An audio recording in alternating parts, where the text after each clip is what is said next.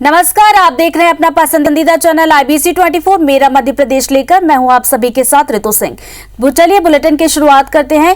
प्रदेश में बढ़ते संक्रमण को लेकर मुख्यमंत्री शिवराज सिंह चौहान ने स्वयंसेवी संगठनों और वरिष्ठ चिकित्सकों से वर्चुअली संवाद किया। मुख्यमंत्री ने कहा कि कोविड संकट काल का सामना सरकार और समाज के सहयोग से संभव है। कोविड केयर सेंटर स्थापित करने के लिए मुख्यमंत्री ने स्वयंसेवी संस्थाओं का आभार माना। कहा कि इस प्रकार की अभिनव पहल से कोविड की विकट परिस्थितियों का सामना करने में मदद मिलेगी। मुख्यमंत्री ने कहा कि चिकित्सकों और उनकी टीम ने कोविड संक्रमण का सामना हिम्मत, सेवा भाव और सहयोग से किया है। इससे लोगों का विश्वास बढ़ा है।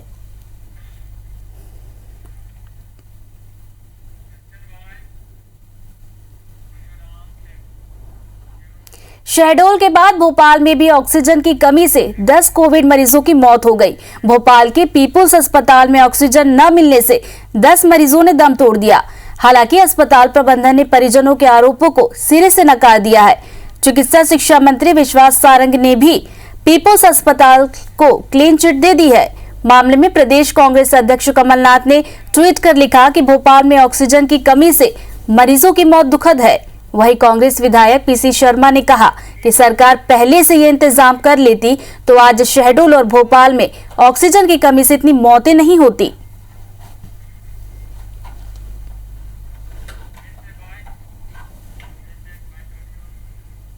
Shahdol, Neemuch, peoples hospital, Bhopal, JP लगातार लोगों की जान जा रही है। ऑक्सीजन के मिल नहीं रहे हैं यहाँ पे और सरकार इसके जिम्मेदार है।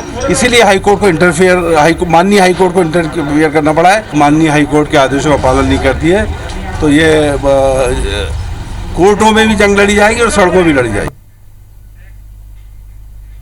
प्रदेश में ऑक्सीजन सिलेंडर को लेकर हालात कितने गंभीर हो चुके हैं, इसकी एक तस्वीर कटनी जिला अस्पताल से सामने आई है, जहां मरीज के परिजन ऑक्सीजन सिलेंडर के आपस में लड़ रहे हैं। सभी अपने अपने मरीज को ऑक्सीजन लगवाना चाह रहे थे। पूरा मामला सोमवार रात का बताया जा रहा है, जिसका एक वीडियो भी सोशल मीडिया पर जमकर वायरल हो रहा है। अस्पताल के ऑक्सीजन सिलेंडर गोडाउन में काम करने वाले कर्मचारियों ने बताया कि कटनी कलेक्टर ने सिंगरौली से 50 ऑक्सीजन सिलेंडर मंगवाए थे, जिसमें से 28 ऑक्सीजन सिलेंडर गायब हो गए, जिसकी अभी तक कोई जानकारी नहीं है। वहीं सिविल सर्जन ने जनता से गुजारिश की है कि वे पैनिक ना हो। जिला अस्पताल में ऑक्सीजन सिलेंडरों की कमी नहीं है। 11 बजे के बाद 2 बजे ऑक्सीजन इनको मिला, इसके बाद ऑक्सीजन अभी बंद हो गया। कितने बजे से ऑक्सीजन बंद है? 2 घंटे से बंद। 2 घंटे से बंद है। भोपाल से मिल रही इस वक्त की बड़ी खबर से आपको अपडेट करवा दे। रेमडेसिविर इंजेक्शन चोरी मामले में बड़ा खुलासा। अस्पताल प्रबंधन और रसूखदारों ने इंजेक्शन की बंदरबांट की थी और इंजेक्शन चोरी मामले में अब 6 आरोपियों के नाम सामने आ रहे हैं। और आरोपियों के नामों की बात की जाए तो सौरभ दत्ता, गौरव बुंदेला, हनी सिंह के नाम सामने आए हैं। वहीं सोहेल कंप्यूटर वाला और सुभाष के नाम भी इस मामले में शामिल है। किसी को 10 तो किसी को 20 इंजेक्शन तक दिए गए। तो भोपाल से इस वक्त की बड़ी खबर सामने निकल कर आ रही है, जहां पर रेमडेसिविर इंजेक्शन की चोरी हुई थी। उस मामले में खुलासा हुआ है, जिसमें अस्पताल प्रबंधन और रसूख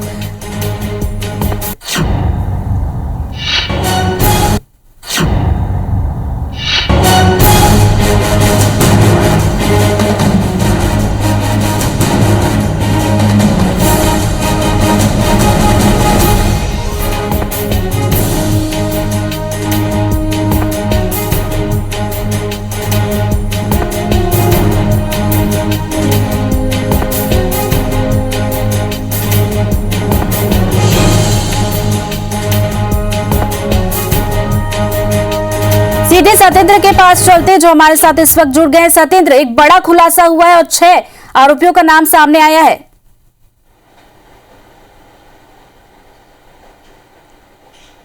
जी देखिए, ये रेमडेसिविर इंजेक्शन चोरी का मामला 3 दिन से जारी है और पुलिस इसमें पड़ताल कर रही है। एक बड़ा खुलासा सामने आया है। इसमें 6 लोगों के नाम सामने आए हैं, जिसमें सौरभ दत्ता है, गौरव बुंदेला, एक बंसज है, एक हनी सिंह है, एक सोहेल कंप्यूटर वाला है और आखिरी नाम जो बता रहे हैं सुभाष।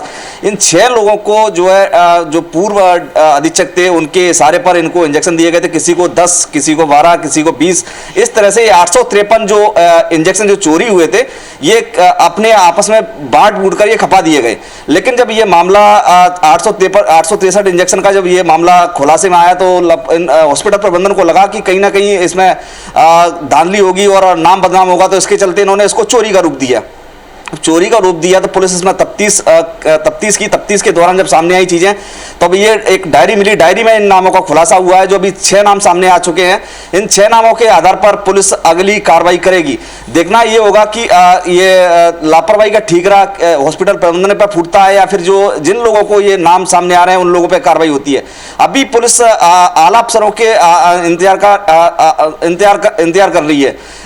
ये जो इंजेक्शन चोरी होने के बाद से एक चीज तो साफ हो गई है कि हॉस्पिटल हमीदिया हॉस्पिटल में न जाने कब से इस तरह की धांधली की जा रही होगी, क्योंकि ये इंजेक्शन चोरी होने के बाद से ये धांधली का खुलासा हुआ है। ना तो हॉस्पिटल में ऐसा कोई रजिस्टर था, ना ही ऐसा कोई दस्तावेज था जिस पर जो दवाइयां निकलती हैं या दूसरे जिलों में जाती हैं या हॉस्पिटल में किसी मरीज को लगती हैं, जिसका कोई डेटा इनके पास सुरक्षित नहीं था। इसी आधार पर ये इंजेक्शनों का इन्होंने बंदरबाट किया है। जिन नामों का जो जिक्र सामने आया है, सौरभ दत्ता है, कंप्यूटर वाला है, एक सौरभ है, हनी सिंह है, बंसज है, इन लोगों पर भी कार्रवाई तय मानी जा रही है। सिर्फ क्राइम ब्रांच को आला अफसरों का आदेश का इंतजार है। जी सत्येंद्र, ये बताइए कि ये जो इंजेक्शंस की चोरी की थी आरोपियों ने, ये इंजेक्शन कहां पर इन्होंने खपाए हैं और आरोपियों पर क्या कुछ कार्रवाई हो सकती है? ये चोरी नहीं कही जा सकती। इसमें पुलिस जो मान रही है, पुलिस इसमें अमानत में खयानत की धाराओं के तहत, मतलब घोटाला और हेराफेरी की धाराओं के तहत एफआईआर दर्ज करेगी। चूंकि ये चोरी नहीं की है इन्होंने, आपस में ये जो रेमडेसिविर इंजेक्शन है ये कहीं ना कहीं कोरोना संक्रमण मरीज के लिए संजीवनी का काम कर रही है, जिसके चलते ये इंजेक्शन जो जैसे ही भोपाल में इनका पहला डोज आया तो इन इंजेक्शनों को इधर से उधर और अपने आपस में जो पहचान वाले थे या जान दूसरे जो लोग थे, जैसे रसूखदार लोग हैं, तो उनके यहाँ तक पहुंचा दिए गए और कुछ जो अधीक्षक है उनने अपने पहचान वालों को दे दिए। इसलिए इसे चोरी का नाम नहीं दिया जा सकता। लेकिन पुलिस इसमें ये जो धांधली हुई है या जो घोटाला हुआ है, पुलिस इसमें अब अमानत में खयानत की धाराओं के तहत जिसे हेरा फेरी कहेंगे उसमें एफआईआर दर्ज करेगी। शुक्रिया सत्येंद्र आपका जानकारी के लिए। तो इंजेक्शन चोरी मामले में 6 आरोपियों के नाम सामने आ गए हैं और इस पर नजर बनी हुई थी कि खुलासा होगा तो कितने आरोपी होंगे जो इस मामले में शामिल है। तो अब इसका खुलासा हो गया है और 6 आरोपियों के नाम इसमें शामिल आए हैं। तो किसी को 10 तो किसी को 20 इंजेक्शन तक दिए गए। तो रेमडेसिविर इंजेक्शन चोरी मामले में यह बड़ा खुलासा हुआ है।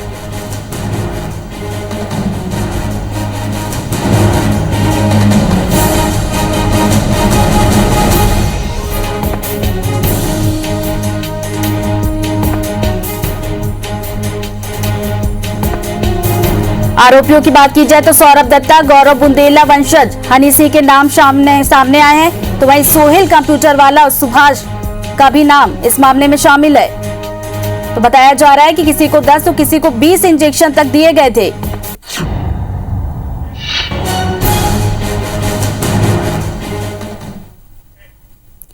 चुनावी रैलियों में कोविड गाइडलाइन का पालन न होने पर केंद्र और राज्य सरकार के खिलाफ नोटिस जारी किया गया है। हाईकोर्ट ने भारत निर्वाचन आयोग और मध्य प्रदेश के राज्य निर्वाचन आयोग को भी नोटिस जारी किया है और सभी पक्षों से 26 अप्रैल तक जवाब मांगा है। हाईकोर्ट में यह याचिका पीसी पालीवाल और उमेश त्रिवेदी नाम के 2 अधिवक्ताओं की तरफ से दायर की गई है। इस जनहित याचिका में आरोप लगाया गया है कि दमोह उपचुनाव और देश के दूसरे राज्यों में हो रहे विधानसभा चुनाव में प्रचार कर रहे नेता कोरोना गाइडलाइन का पालन नहीं कर रहे, जिसके कारण देश प्रदेश में कोरोना तेजी से फैल रहा है। याचिका में कहा गया है कि कोरोना संक्रमण के इस दौर में अंतिम संस्कार के लिए शवों को घंटों इंतजार करना पड़ रहा है। पूरे देश में ऑक्सीजन, रेमडेसिविर और जीवन रक्षक दवाओं की कमी है, लेकिन इसी दौरान उपचुनाव और विधानसभा के चुनाव करवाए जा रहे हैं। इस मामले पर अगली सुनवाई 26 अप्रैल को होगी।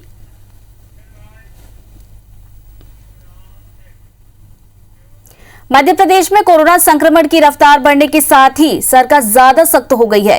नई गाइडलाइन जारी की गई है जिसमें कहा गया है कि आवश्यक सेवाएं देने वाले कार्यालयों को छोड़कर केंद्र और राज्य के सभी दफ्तरों में 10% कर्मचारी ही उपस्थित रहेंगे। ये नियम आईटी, बीपीओ और मोबाइल कंपनियों के ऑफिस में भी लागू किया गया है। इससे पहले 12 अप्रैल के आदेश के मुताबिक सरकारी कार्यालयों में तृतीय और चतुर्थ श्रेणी के कर्मचारियों की उपस्थिति 25% की गई थी। गृह विभाग ने 20 अप्रैल को नई गाइडलाइन जारी कर दी है। इसका पालन कराने की जिम्मेदारी कलेक्टर को सौंपी गई है। आदेश के मुताबिक कलेक्ट्रेट, पुलिस, आपदा प्रबंधन, फायर, स्वास्थ्य, जेल, राजस्व, पेयजल आपूर्ति, नगरीय प्रशासन, विद्युत प्रदाय, सार्वजनिक परिवहन और कोषालय को अति आवश्यक सेवाएं माना गया है, जबकि इससे पहले जारी आदेश में राज्य और केंद्र के सभी कार्यालय खुले रहने की अनुमति दी गई थी।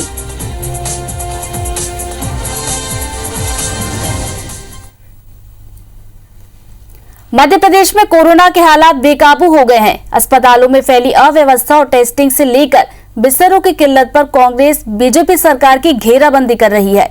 कांग्रेस विधायक पीसी शर्मा ने सरकार की नाकामियों से नाराज होकर 21 घंटे का उपवास शुरू किया था, जो आज दोपहर 12 बजे खत्म हो गया। पीसी शर्मा ने कहा कि रोजाना बड़ी संख्या में लोगों की मौत हो रही है।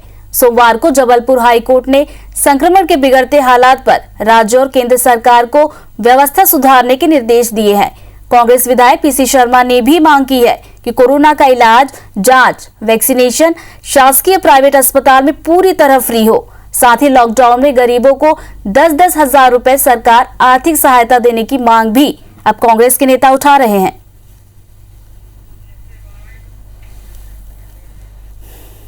इक्कीस घंटे के बाद आज है 12:15 बजे ये हमने ख़त्म किया है। और ये उपवास केवल रेमडेसिविर इंजेक्शन लोगों को उपलब्ध हो, ऑक्सीजन उपलब्ध हो, उनकी जान को बचाया जाए, सरकार की जिम्मेदारी है। 6 मई तक हम देखेंगे अगर सब चीज़ें जो हाईकोर्ट का आदेश है ये अगर उपलब्ध नहीं हुआ तो पूरी कोर्ट में हम और जाएंगे। इंदौर में कोरोना मरीज के परिजन ऑक्सीजन, रेमडेसिविर इंजेक्शन की किल्लत से जूझ रहे हैं। दूसरी ओर सुपर स्पेशलिटी हॉस्पिटल में पैसे लेकर मरीज को भर्ती करने का ऑडियो सोशल मीडिया पर जमकर वायरल हो रहा है, जिसमें मरीज को बेड दिलाने के एवज में 60,000 रुपए में सौदा हुआ था। इसी मामले में जुड़ा एक और ऑडियो वायरल होने के बाद अस्पताल में जारी इस गोरख धंधे का खुलासा हुआ। मामले को लेकर जल संसाधन मंत्री तुलसी सिलावट, नगर शहर अध्यक्ष गौरव रारदीवे और संभागायुक्त पवन कुमार शर्मा ने सुपर स्पेशलिटी हॉस्पिटल का दौरा किया। उन्होंने मामले में उच्च स्तरीय जांच की बात भी कही है। फिलहाल अस्पताल प्रशासन ने एक व्यक्ति के खिलाफ केस दर्ज करवाकर मामला पुलिस को सौंप दिया है। प्रभारी मंत्री आता है, जो जो भी करना है उनको सब दुरुस्त करने का जो अधिकारी उसको निर्देश देने के लिए आया था। और जो कल की घटना जो छपी है उसके जांच के आदेश आईजी और डीआईजी से बात हो गई है। उसमें जो भी दोषी पाएगा उस पर कड़ी कार्रवाई करेंगे। ऑडियो आया था, उस ऑडियो में एक कर्मचारी जो इस जगह का नहीं है वो कह रहा है कि मैं वहाँ पे दाखिल फैसिलिटेट करूँगा। पुलिस उस पर कार्रवाई कर रही है। जो भी दोषी होगा उस पर कठोरतम कार्रवाई की जाएगी। और यहाँ पे एक टोकन व्यवस्था भी की गई है कि जो पेशेंट आता है उसको फर्स्ट कम फर्स्ट सर्व कर सके। ऑडियो वायरल्स का जिक्र है और ऑडियो वायरल भी अभी प्राप्त किए गए हैं तो अन्य माध्यम से, और जिन लोगों ने उसको किया है उनको भी नोटिस देकर इसके बारे में जानकारी एकत्र की जा रही है और थॉरो इन्वेस्टिगेशन के बाद ही वस्तुस्थिति स्पष्ट होगी। प्रशासन और स्वास्थ्य विभाग के तमाम दावों के बाद भी निजी अस्पतालों में भर्ती कोविड मरीजों को रेमडेसिविर इंजेक्शन नहीं लग पा रहा। स्थिति ये है कि कोविड मरीजों के परिजन दूसरे कोविड अस्पतालों से ब्लैक में इंजेक्शन खरीद रहे हैं। ऐसे में एक मरीज की शिकायत के बाद व्हिसल ब्लोअर आशीष चतुर्वेदी ने एक स्टिंग ऑपरेशन किया है, जिसमें जीवन रक्षक दवाओं जैसे रेमडेसिविर के साथ दूसरी कई दवाइयों की भी कालाबाजारी का पता चला है। आशीष ने स्टिंग वीडियो और कागज कलेक्टर को सौंप दिए हैं। वहीं अब मामले की गंभीरता को देखते हुए कलेक्टर कौशलेंद्र विक्रम सिंह ने मामले की जांच के लिए 3 अधिकारियों की कमेटी बना दी है।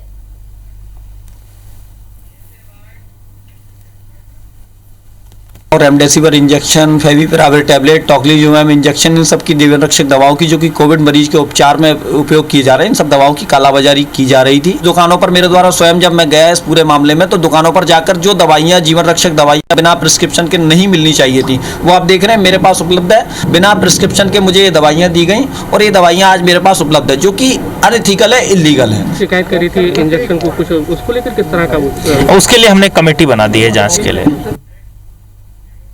लॉकडाउन में दिल्ली से छतरपुर आ रही तेज रफ्तार बस ग्वालियर में पलट गई। हादसे में 3 मजदूरों की मौके पर ही मौत हो गई।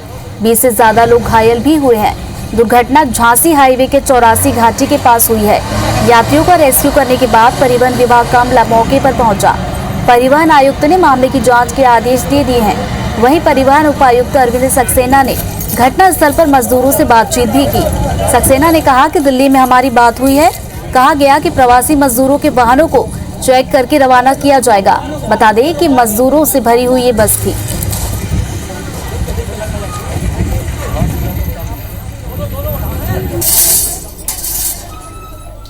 बस जो है दिल्ली से छतरपुर की ओर जा रही थी और ये एक्सीडेंटेड हुई है, दुर्घटनाग्रस्त हुई है। और वहाँ से भी हम लोग लगातार अब कम्युनिकेशन स्थापित किए हुए हैं कि जो भी माइग्रेटेड लेबर, जो हमारे प्रदेश के ऐसे लेबर जो वहाँ काम कर रहे हैं, उनको भेजा जा रहा है। तो उस संबंध में उनको हमें रूट के विषय में और उसके अतिरिक्त मतलब जो है रजिस्ट्रेशन नंबर बस के कितने बजे रवाना किया, ये एक जाँच का विषय रहेगा। क्योंकि शाहजहांपुर जिला अस्पताल में देर रात मरीजों के अटेंडर्स ने जमकर हंगामा किया। स्वास्थ्य विभाग और जिला प्रशासन पर रेमडेसिविर इंजेक्शन के वितरण में पक्षपात का आरोप लगाया गया। एसडीएम तहसीलदार को जमकर खरी खोटी सुनाई गई। परिजनों ने आरोप लगाया कि रसूखदारों को इंजेक्शन दिया जा रहा है, जबकि कोरोना के गंभीर मरीज बगैर इंजेक्शन के ही तड़प कर मर रहे हैं। उनके अटेंडर बाहर परेशान हो रहे हैं।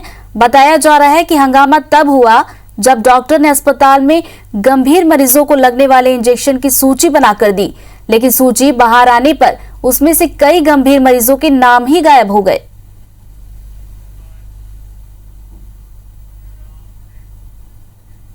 मध्य प्रदेश समेत पूरे देश में बेकाबू हो रहा कोरोना के बीच अब स्टेशन पर भी यात्रियों की संख्या कम होती जा रही है। कुछ समय पहले तक इंदौर के रेलवे स्टेशन पर भीड़ भाड़ देखने को मिलती थी, लेकिन अब बढ़ते संक्रमण के बीच यात्रियों की संख्या बेहद कम हो गई है। स्टेशन पर जो भी यात्री आ रहा है वो फेस शील्ड, मास्क और सैनिटाइजर लगाकर पहुंच रहा है। हालांकि कोरोना का प्रभाव यात्रियों की संख्या पर भी पड़ रहा है। पिछले दिनों महाराष्ट्र जाने वाली अवंतिका, पुणे, नागपुर और दुरंतो एक्सप्रेस पूरी भरी हुई आती थी, लेकिन इस बार मुश्किल से 50% सीट ही भर पाई है। इंदौर स्टेशन से फिलहाल 36 ट्रेनों का संचालन हो रहा है।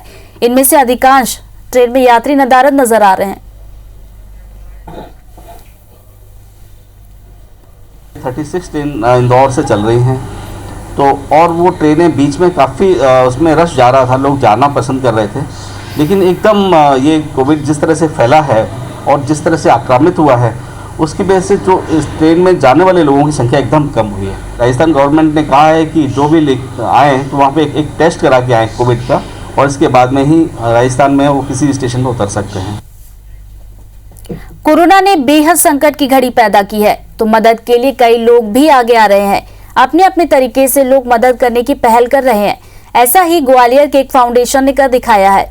राज्यसभा सदस्य ज्योतिरादित्य सिंधिया से जुड़ी संस्था सिंधिया फाउंडेशन ने मेला फैसिलिटेशन सेंटर में 24 घंटे में 200 बिस्तर का कोविड आइसोलेशन सेंटर तैयार किया। यहाँ आइसोलेट होने वाले संक्रमित मरीजों के निःशुल्क इलाज से लेकर काढ़ा और खाने का इंतजाम किया गया है। जिला प्रशासन संक्रमित मरीजों की देखरेख के लिए पैरामेडिकल स्टाफ और अन्य सुविधाएं उपलब्ध कराने में मदद करेगा।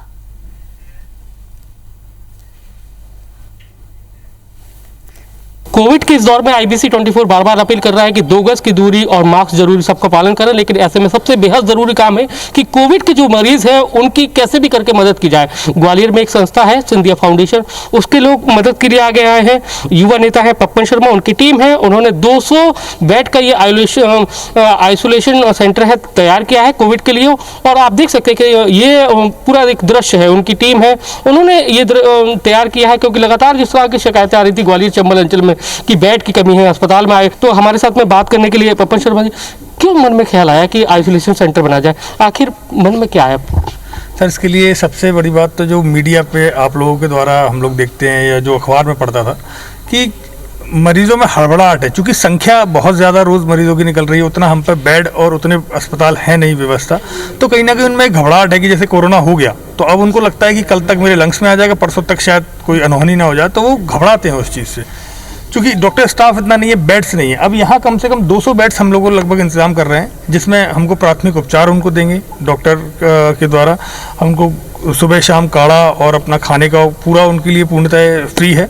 इससे कम से कम उनको ये लगे डॉक्टर की टेक केयर में है। वो पहल करी है पप्पन ने और मैं इसका बहुत सराहना करता हूँ और हम लोग सब टीम वर्क के साथ काम करेंगे। लगातार ऐसे ही लोगों की मदद की, खाना राशन जो भी सब है, तो हमेशा से ही पप्पन भाई का काम आगे रहा है इस मदद में लोगों की। तो आप देख सकते हैं कि जो उनके साथी हैं वो भी खुश हैं, लेकिन आप देख रहे हैं कि जिस तरह का जो दृश्य दिख रहा है हमें कि ऑक्सीजन का सिलेंडर है, बेड है, बाकायदा कुर्सी लगी हुई है, उनके लिए वाटर कूलर रहेगा, आरओ का पानी मिलेगा, तो कई सारी सुविधाएं हैं वो उन्होंने कोशिश की है कि दे सकें, क्योंकि वो एक खुद कोविड के पेशेंट रह चुके हैं और इस दौर में ज़्यादा से ज़्यादा जो मदद है कोविड पेशेंट की वो करने के लिए उन्होंने एक तरीका अख्तियार किया है। और ऐसे में देखना होगा कि इससे लोग कितना मोटिवेट होते हैं और आगे वो भी इस तरह के आइसोलेशन सेंटर लोग कितने खोलते हैं। कैमरामैन लोकेंद्र पाल के साथ नासिर गौरी, IBC 24 ग्वालियर। रीवा के मऊगंज थाने क्षेत्र से होमगार्ड सैनिक का एक वीडियो सोशल मीडिया पर वायरल हो रहा है, जिसमें होमगार्ड सैनिक टीआई और एसडीएम पर गरीबों का आशियाना उजाड़ने का आरोप लगा रहा है। उसने अधिकारियों की ओर से मामले में संरक्षण देने का भी आरोप लगाया है। मामले को लेकर अतिरिक्त पुलिस अधीक्षक विजय डावर ने होमगार्ड सैनिक शिव प्रसाद साकेत के ऊपर अनुशासनात्मक कार्रवाई करने की बात कही है। बता दें कि होमगार्ड सैनिक मऊगंज के एडिशनल एसपी कार्यालय में पदस्थ है।